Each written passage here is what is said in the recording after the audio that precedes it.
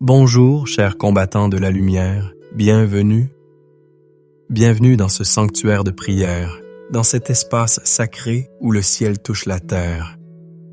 Je ne vous accueille pas simplement dans une vidéo, mais je vous invite à un rendez-vous divin, une convocation solennelle avec le Roi des Rois. Aujourd'hui n'est pas un matin comme les autres. C'est le matin où vous allez cesser de subir pour commencer à régner. Le matin où vous allez passer de la défensive à l'offensive spirituelle. Le fondement de notre rencontre se trouve dans une promesse explosive, une déclaration de puissance qui a traversé les âges pour arriver jusqu'à vous, ici et maintenant. Il s'agit de l'Évangile selon Luc, au chapitre 10, verset 19, où Jésus-Christ lui-même déclare « Voici, je vous ai donné le pouvoir de marcher sur les serpents et les scorpions et sur toute la puissance de l'ennemi, et rien ne pourra vous nuire. » Sentez-vous le poids de ces mots? Ce n'est pas une suggestion, ce n'est pas une vague possibilité. C'est un décret éternel, un transfert d'autorité scellé par le sang de l'agneau. Le thème central de ce moment que nous allons passer ensemble est donc l'activation de votre autorité spirituelle.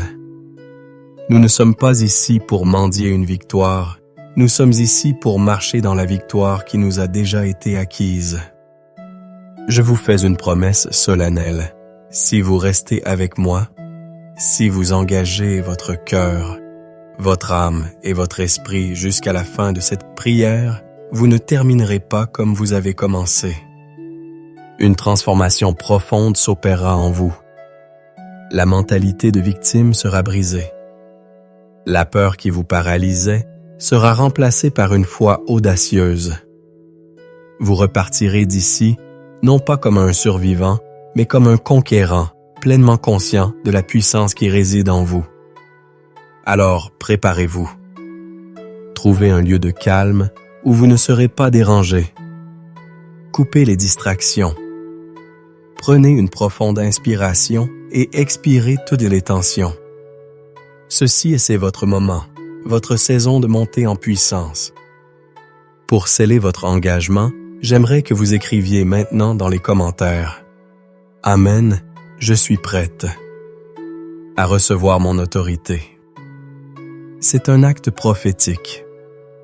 Vous déclarez à l'univers spirituel que vous êtes prête à endosser votre mandat divin. Allons-y, le trône de la grâce nous attend. Je sais ce que c'est. Je connais ce sentiment qui vous étreint parfois au réveil, avant même que votre conscience ne soit pleinement alerte. Cette anxiété diffuse, ce poids sur la poitrine, comme si une ombre avait campé sur votre âme durant la nuit. Vous ouvrez les yeux et immédiatement, le film de vos soucis, de vos peurs et de vos échecs passés commence à défiler. Vous vous sentez comme une cible, une proie dans un monde hostile. Vous avez prié, vous avez jeûné, vous avez cru, mais vous avez l'impression qu'une force invisible s'acharne à saboter vos efforts. Une promotion qui vous échappe à la dernière minute. Une relation qui se brise sans raison apparente. Une maladie qui persiste malgré les prières. Des finances qui semblent s'évaporer. Vous vous demandez, pourquoi moi? Qu'est-ce que je fais de mal? Vous regardez les autres sur les réseaux sociaux et leur vie semble si parfaite, si bénie. La comparaison devient un poison lent qui ronge votre estime de vous-même. Vous voyez leur victoire et vous ne ressentez que l'écho de vos propres défaites. La voix de l'accusateur est devenue si familière qu'elle se confond parfois avec votre propre voix intérieure. Elle vous murmure des mensonges. Tu n'es pas assez bon. Tu es un imposteur. Tu n'y arriveras jamais. Dieu a oublié ton adresse. Tu es condamné à répéter les mêmes erreurs, les mêmes échecs que tes parents. Ces scripts familiaux ces malédictions générationnelles, vous les sentez peser sur vos épaules comme une chape de plomb. Vous luttez contre une addiction, une pensée perverse, une tendance à la procrastination et vous avez l'impression de combattre une hydre. Coupez une tête, 2 autres repoussent. C'est épuisant. Vous êtes fatigué de combattre. Vous êtes fatigué d'avoir peur. Peur de l'avenir, peur de l'échec, peur du regard des autres, peur de ne pas être à la hauteur de l'appel de Dieu sur votre vie. Cette douleur, mon ami, ma sœur, n'est pas une fiction. Elle est réelle. Elle prend racine dans des blessures du passé, des paroles blessantes prononcées sur vous dans votre enfance, des trahisons qui ont ébranlé votre confiance, des échecs qui vous ont fait croire que vous étiez un échec. L'ennemi de votre âme est un stratège. Il connaît vos failles, il connaît vos blessures, et il appuie précisément là où ça fait mal. Il utilise ces pointes de douleur pour construire des forteresses de mensonges dans votre pensée. Une forteresse de rejet, une forteresse d'infériorité, une forteresse de peur, une forteresse de résignation. Et depuis ces forteresses, il lance ses traits enflammés pour vous maintenir dans un état de paralysie spirituelle. Le psalmiste connaissait ce sentiment. Dans le psaume 42, verset 6, il s'écrie « Pourquoi t'as-tu, mon âme, et gémis-tu au-dedans de moi ?» C'est le cri d'un homme qui sent une guerre civile à l'intérieur de lui-même. Une lourdeur inexplicable qui cherche à l'engloutir. Peut-être est-ce que votre cri ce matin. Mais je veux que vous entendiez la douce voix de votre Sauveur qui résonne à travers les âges. Une invitation personnelle qui vous est adressée aujourd'hui. Venez à moi, vous tous qui êtes fatigués et chargés, et je vous donnerai du repos. Matthieu 11. Le repos qu'il offre n'est pas une simple sieste pour l'âme. C'est un échange divin. Il prend votre fardeau de peur et d'impuissance et il vous donne son joug d'autorité et de puissance. Le psaume 131, verset 2, nous donne l'image de ce repos actif. Loin de là, j'ai l'âme calme et tranquille, comme un enfant sevré qui est auprès de sa mère. L'enfant sevré ne pleure plus pour obtenir ce qui lui est dû. Il se repose en sachant que tout ce qui appartient à sa mère lui appartient. Il est dans une position de confiance et d'héritage. C'est à cette position que Dieu vous appelle ce matin. Dieu voit votre combat. Il n'est pas indifférent à vos larmes. Chaque prière murmurée dans le secret, chaque cri silencieux de votre cœur a été entendu. Et sa réponse aujourd'hui n'est pas un simple mot de réconfort. C'est un appel aux armes. C'est un rappel de votre véritable identité. Il vous dit « Assez. Assez de te laisser piétiner. Assez de croire aux mensonges de l'ennemi. Lève-toi car je ne t'ai pas créé pour être un paillasson, mais pour être un conquérant. Je ne t'ai pas conçu pour être une victime, mais pour être un vainqueur. La douleur que tu ressens est le signe que tu es en territoire ennemi. Mais j'ai une nouvelle pour toi. Ce territoire t'appartient. Il est temps de le reprendre. La solution de Dieu à votre sentiment d'impuissance, c'est une révélation de votre autorité. Et cette autorité est notre sujet d'étude aujourd'hui. Plongeons maintenant au cœur de l'arsenal divin, dans le centre de commandement de notre foi. Luc 10, verset 19. Je vous invite à disséquer ce verset avec moi, non pas avec une intelligence purement académique, mais avec une faim spirituelle, car chaque mot est une clé qui ouvre une dimension de puissance. Voici, je vous ai donné le pouvoir. Arrêtons-nous ici.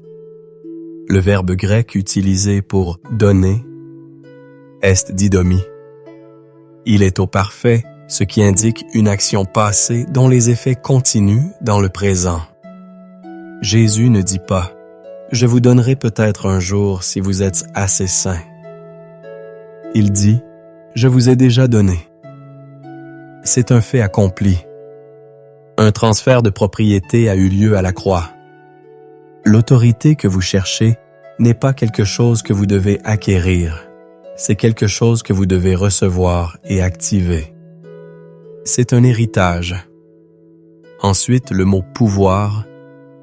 Le grec fait une distinction cruciale entre deux types de puissance. Il y a dynamie, qui est la puissance brute, explosive, comme la dynamite. C'est la puissance qui a ressuscité Christ d'entre les morts.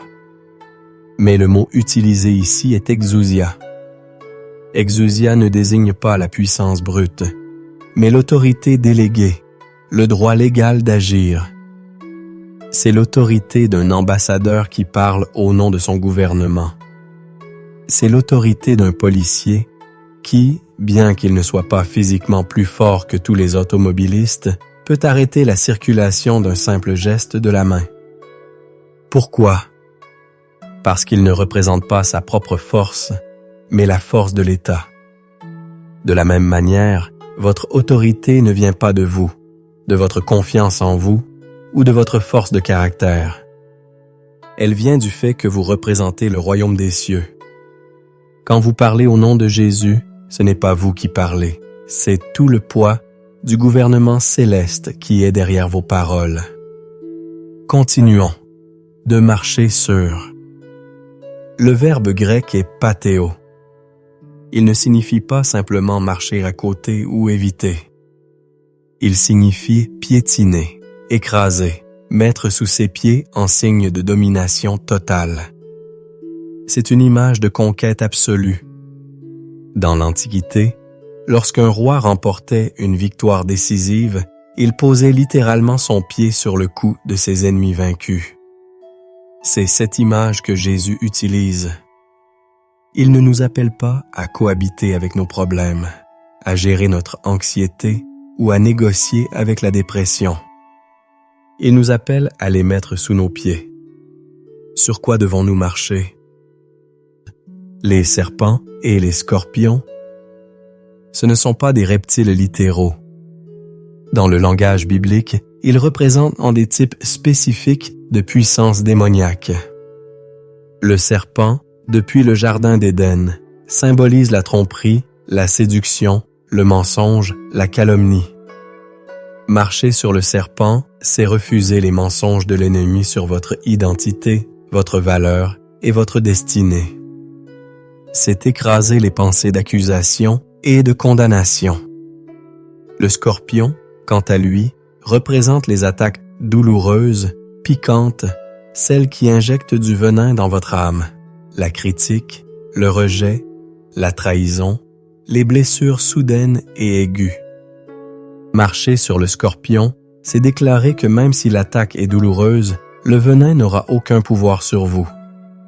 Comme l'apôtre Paul qui, sur l'île de Malte, a été mordu par une vipère et n'a ressenti aucun mal. Il a simplement secoué la bête dans le feu. C'est cela, l'exousia en action. Et Jésus élargit le champ d'action, et sur toute la puissance de l'ennemi. Remarquez l'exhaustivité de cette promesse. Pas sur une partie, mais sur toute sa puissance. Cela inclut la maladie, la pauvreté, la confusion, la division, la peur, chaque plan, chaque stratégie, chaque arme forgée contre vous. Rien n'est exclu. Vous avez l'autorité sur la totalité de l'arsenal de l'enfer. Enfin, la cerise sur le gâteau, la garantie divine. Et rien ne pourra vous nuire. C'est votre assurance tous risques spirituels. Cela ne signifie pas que vous n'aurez jamais de problème ou que l'ennemi n'essaiera pas de vous attaquer.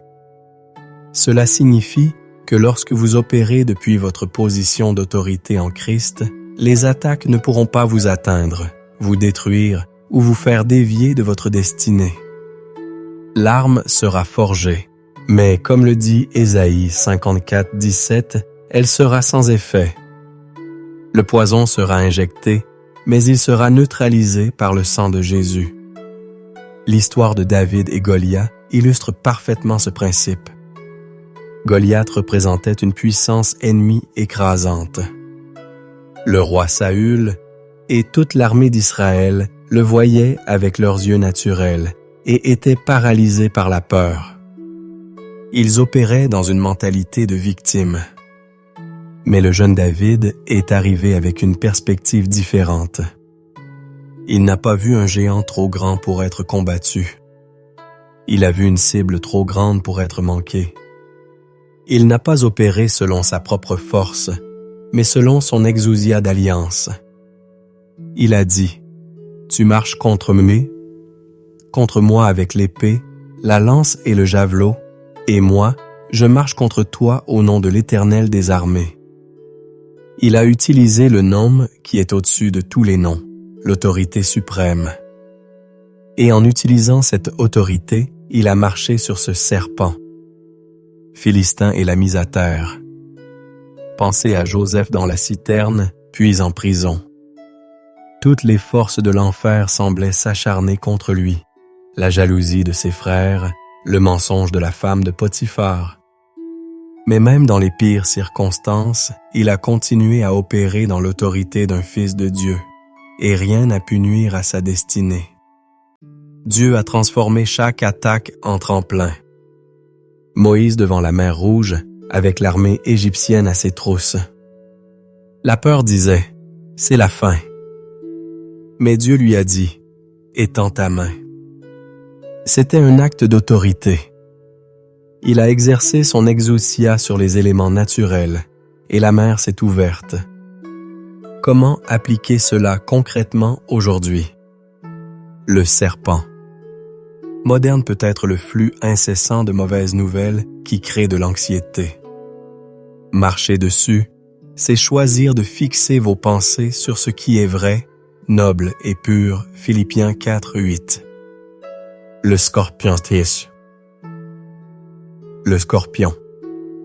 Peut-être un commentaire méchant sur les réseaux sociaux qui cherche à injecter son venin de doute. Marcher dessus, c'est refuser de le laisser définir votre valeur et bénir cette personne en retour. Le burn-out qui vous menace est une puissance ennemie. Marcher dessus, c'est imposer le repos du sabbat à votre corps et à votre âme. Le FOMO, Fear of Missing Out, est une force de l'ennemi. Marcher dessus, c'est trouver votre contentement en Christ seul. Votre routine matinale est un champ de bataille décisif. Avant de prendre votre téléphone et de laisser le monde dicter votre humeur, prenez votre Bible et laissez Dieu dicter votre autorité pour la journée. Revêtez consciemment votre armure spirituelle, Éphésiens 6. Prenez le bouclier de la foi et l'épée de l'esprit. C'est un choix quotidien, un muscle spirituel à exercer. L'autorité non exercée est une autorité perdue. Il est temps de reprendre l'entraînement. Maintenant, avant de nous lancer dans cette prière d'activation, il est essentiel de préparer le terrain de notre cœur. On ne peut pas entrer dans le lieu très saint avec des chaussures boueuses. Nous devons nous présenter devant le trône de la grâce avec un cœur pur et des mains innocentes. Cette étape est cruciale, ne la sautez pas. C'est le moment de passer de l'écoute intellectuelle à l'engagement total de votre être. Je vous invite à faire 3 choses. Premièrement, l'examen de conscience et la repentance. Demandez au Saint-Esprit de sonder votre cœur et de vous révéler tout domaine où vous avez consciemment ou inconsciemment cédé du terrain à l'ennemi. Peut-être est-ce que par la peur, le doute, le non-pardon, l'orgueil, la convoitise ou la passivité. L'apôtre Jean nous dit dans sa première épître, chapitre 1, verset 9. « Si nous confessons nos péchés, Il est fidèle et juste pour nous les pardonner et pour nous purifier de toute iniquité. Staptias. Kis. Prenez un instant pour confesser humblement ces choses à Dieu. Ne vous condamnez pas, mais confessez avec foi, sachant que le pardon est déjà disponible pour vous. Deuxièmement, la libération par le pardon. L'amertume et le ressentiment sont des portes d'entrée légales pour l'ennemi dans nos vies. Vous ne pouvez pas opérer dans l'autorité divine tout en étant lié par des chaînes de non-pardon. Jésus a été très clair en Matthieu 6, verset 15. « Mais si vous ne pardonnez pas aux hommes, votre Père ne vous pardonnera pas non plus vos offenses. » Pardonner n'est pas un sentiment, c'est une décision. C'est un acte d'obéissance qui vous libère d'abord vous-même. Pensez à ceux qui vous ont blessés. Devant Dieu, prenez la décision de les relâcher, de leur pardonner comme Christ vous a pardonné. Vous annulez leurs dettes envers vous et vous fermez une porte à l'ennemi. Troisièmement, la consécration de votre volonté. L'autorité spirituelle ne fonctionne que sous l'autorité de Dieu. Jacques 4,7 dit « Soumettez-vous donc à Dieu, résistez au diable, et il fuira loin de vous. » L'ordre est important. La soumission précède la résistance victorieuse. Alors, en cet instant, offrez à nouveau votre vie à Jésus. Consacrez-lui votre volonté, vos pensées, vos émotions, vos plans. Dites-lui, « Seigneur, non pas ma volonté mais la tienne. Je choisis de t'obéir. Je me place sous ton autorité afin de pouvoir exercer ton autorité. » Faites ces 3 pas maintenant, dans le silence de votre cœur. Repentez-vous, pardonnez et consacrez-vous. C'est ainsi que nous nous préparons à nous approcher du trône avec assurance, non pas sur la base de nos mérites, mais purifiés par le sang de l'agneau. Maintenant, le cœur purifié et l'esprit aligné, entrons ensemble dans le temps de la prière. Répétez ces paroles après moi à voix haute si vous le pouvez, ou méditez-les profondément dans votre esprit. Laissons nos voix s'unir pour monter comme un encens de bonne odeur devant le trône de Dieu. Père éternel, Roi de l'univers, Créateur du ciel et de la terre, nous nous tenons devant toi ce matin, non pas comme des orphelins, mais comme tes enfants bien-aimés. Nous venons avec révérence et adoration, reconnaissant ta grandeur, ta majesté et ta souveraineté sur toute chose. Tu es El Elyon, le Dieu très haut, au-dessus de toute principauté, de toute puissance, de toute domination. Tu es Yahvé Sabaoth, l'Éternel des armées, le commandant en chef des cohortes célestes. Rien ne peut s'opposer à toi. Rien ne peut résister à ta puissance. Nous te louons, Seigneur Jésus, lion de la tribu de Juda, agneau immolé. Tu as triomphé de la mort, de l'enfer et du tombeau. Par ta mort sur la croix, tu as désarmé les autorités et les puissances des ténèbres.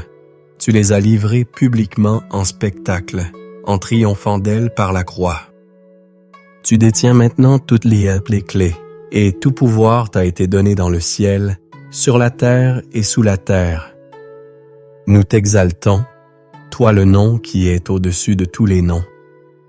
Au nom de Jésus, tout genou fléchit, et toute langue confesse que tu es Seigneur. Saint-Esprit, Esprit de vérité, Esprit de puissance, nous t'honorons et nous t'accueillons en ce lieu. C'est toi qui nous révèles les choses profondes de Dieu. C'est toi qui nous revêts de la puissance d'en haut. Viens et prends le contrôle total de ce moment de prière. Remplis-nous, guide-nous, inspire-nous. Nous t'adorons, Père, Père, Fils et Saint-Esprit, un seul Dieu, béni éternellement. Amen. Père, dans ta sainte présence, je confesse humblement mes péchés. Je reconnais les moments où j'ai marché dans la peur plutôt que dans la foi. Les moments où j'ai écouté la voix du mensonge plutôt que la voix de ta vérité. Je confesse ma passivité, ma paresse ma tendance à me plaindre plutôt qu'à proclamer. Je confesse mon orgueil, mon indépendance et toutes les fois où j'ai essayé de mener mes combats par mes propres forces. Pardonne-moi, Seigneur. Lave-moi dans le sang précieux de Jésus. Purifie mon cœur de toute iniquité. Je dépose à tes pieds le manteau de victime que j'ai porté. Je dépose les blessures, les ressentiments, les déceptions. Je choisis de pardonner à tous ceux qui m'ont fait du mal, comme tu m'as pardonné. Je relâche toute amertume, toute colère, toute rancune. Je te remets mon fardeau de fatigue et de découragement. Je te donne mes doutes et mon incrédulité. Je me soumets entièrement à toi, Seigneur. Je place ma volonté sous la tienne. Fais de moi un instrument entre tes mains. Je suis à toi. Maintenant, Père, sur la base de ta parole infaillible, je me lève et je prends position. Ta parole déclare en Luc 10:19 que tu m'as donné l'autorité de marcher sur les serpents et les scorpions, et sur toute la puissance de l'ennemi. Je ne le traite pas comme une option, mais comme un fait. Je reçois cette autorité maintenant par la foi. Je me chausse des sandales de l'autorité divine. Je déclare que le sol que je foule est un sol saint, un territoire conquis pour le royaume de Dieu. Je déclare que je ne suis plus sous la domination des ténèbres, mais j'ai été transféré dans le royaume de ton Fils bien-aimé. Je suis assis avec Christ dans les lieux célestes, bien au-dessus de toute puissance de l'ennemi. C'est ma position, c'est mon identité. Je ne suis pas celui qui est attaqué, je suis celui qui attaque. Je ne suis pas la proie, je suis le prédateur spirituel. Par la foi, je prends le bouclier de la foi avec lequel j'éteins tous les traits enflammés du malin. Je prends pisse. Je prends l'épée de l'esprit, qui est ta parole, et je l'utilise avec précision et puissance. Au nom puissant de Jésus-Christ, je m'adresse maintenant à toutes les forces des ténèbres qui ont été assignées contre ma vie, ma famille, mes finances, ma santé et ma destinée. Je vous lis, puissance de la peur, de l'anxiété et de l'angoisse. Vous n'avez plus de pouvoir sur mon esprit. Je vous ordonne de me lâcher maintenant. Je brise toute forteresse de mensonges construite dans ma pensée. Selon 2 Corinthiens 10:5, j'amène toute pensée captive à l'obéissance de Christ. Je renverse les raisonnements de l'échec, du rejet et de l'indignité. Au nom de Jésus, je brise toute parole de malédiction prononcée contre moi, que ce soit par d'autres ou par moi-même. Je brise tout cycle de défaite et de stagnation. Toute arme forgée contre moi est maintenant nulle et sans effet, selon Ésaïe 54:17. Je me tiens sur le pouvoir du sang de Jésus et je déclare que l'accusateur des frères n'a plus aucun droit légal sur moi. Je ferme toute porte que j'aurais pu ouvrir à l'ennemi par le péché ou l'ignorance. J'annule toute mission démoniaque visant à voler, tuer ou détruire ce que Dieu m'a donné. Je vous ordonne, esprit des ténèbres, de quitter ma présence, ma maison et tout ce qui m'appartient au nom de Jésus.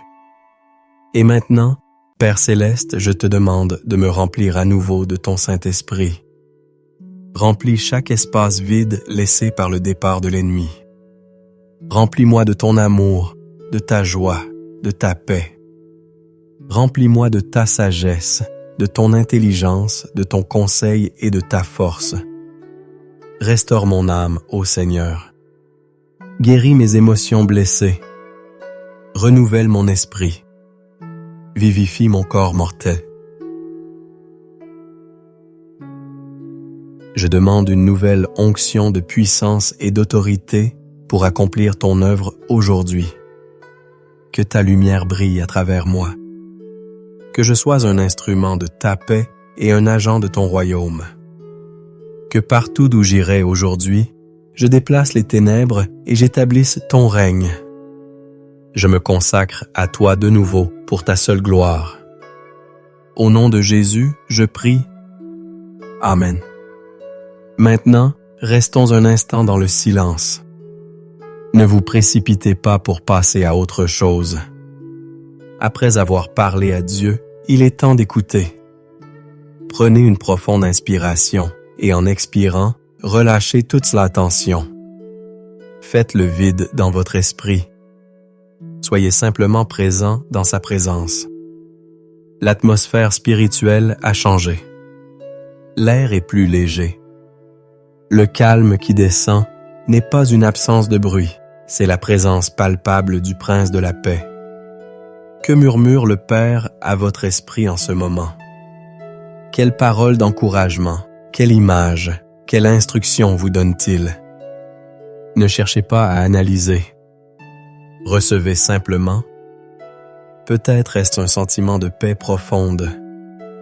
Peut-être est-ce un seul mot, courage et confiance. Mon enfant. Peut-être est-ce une image de vous marchant la tête haute, victorieux.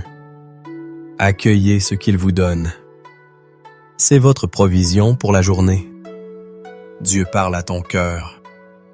Il scelle dans ton esprit la vérité de qui tu es en lui. Reçois-le maintenant. Et maintenant, en tant que serviteur de Dieu, je passe du mode de la prière au mode de la proclamation prophétique. Je vais maintenant parler sur ta vie, et je te demande de recevoir ces paroles par la foi, comme si elles venaient du trône de Dieu lui-même. Ouvre ton cœur, car une parole prophétique a le pouvoir de créer la réalité qu'elle annonce. Sur ta vie spirituelle, je déclare que tu n'es plus un chrétien passif, mais un guerrier actif et engagé. Tu es une brebis qui entend la voix de son berger et qui la suit, et tu ne suivras pas la voix d'un étranger. Je déclare que ta soif de la parole de Dieu et de la prière s'intensifie comme jamais auparavant. Ta communion avec le Saint-Esprit devient ton plus grand délice. Comme le dit Jean 10, 27, « Mes brebis entendent ma voix, je les connais et elles me suivent. » Sur ta santé, je déclare que ton corps est le temple du Saint-Esprit. Au nom de Jésus, je parle la guérison et la restauration sur chaque cellule, chaque organe, chaque système de ton corps. Je brise le pouvoir de toute maladie, de toute infirmité, de toute douleur chronique. Par les meurtrissures de Christ, tu es guéri. Comme le proclame Ésaïe 53:5, c'est par ces meurtrissures que nous sommes guéris. Sur tes finances, je déclare que l'esprit de pauvreté et de manque est brisé. Je te libère de la mentalité de survie et je te propulse dans une mentalité d'abondance et de royaume. Je déclare que le ciel est ouvert sur tes finances. Dieu t'ouvrira son bon trésor, le ciel, pour envoyer la pluie en sa saison et pour bénir tout le travail de tes mains. Tu prêteras à beaucoup de nations et tu n'emprunteras point, selon Deutéronome 28, 12, 13. Sur ta famille et tes relations, je déclare que la paix de Dieu qui surpasse toute intelligence garde ta maison. Je brise tout esprit de division, de conflit et de discorde. Je déclare que tes enfants sont instruits par l'Éternel et que leur paix est grande. Tu es un agent de réconciliation et de restauration dans tes relations. Comme le promet Ésaïe 54, 13, « Tous tes fils seront disciples de l'Éternel et grande sera la prospérité de tes fils. » Sur ta destinée et ton appel, je déclare que la confusion et la procrastination sont détruites. La vision de Dieu pour ta vie devient claire comme du cristal. Je t'appelle à sortir de la peur et de l'hésitation et à entrer avec audace dans les œuvres que Dieu a préparées d'avance pour toi. Tu es l'ouvrage de Dieu ayant été créé en Jésus-Christ pour de bonnes œuvres qu'il a préparées d'avance afin que nous les pratiquions comme le dit Éphésiens 2:10. Sur ta protection quotidienne, je déclare que tu es gardé par la puissance de Dieu. Aucun mal ne t'arrivera, aucun fléau n'approchera de ta tente. L'Éternel gardera ton départ et ton arrivée, dès maintenant et à jamais. Comme l'assure le psaume 120:8, il te protège de tout danger. Et enfin, sur ton âme, je déclare que la joie et la paix du Seigneur sont ta force. Que le Dieu de l'espérance te remplisse de toute joie et de toute paix dans la foi, pour que tu abondes en espérance par la puissance du Saint-Esprit, selon Romains 15:13. Et maintenant, reçois la bénédiction sacerdotale d'Aaron. Que l'Éternel te bénisse et te garde. Que l'Éternel fasse luire sa face sur toi et t'accorde sa grâce. Que l'Éternel tourne sa face vers toi et te donne la paix. Au nom du Père, du Fils et du Saint-Esprit. Amen.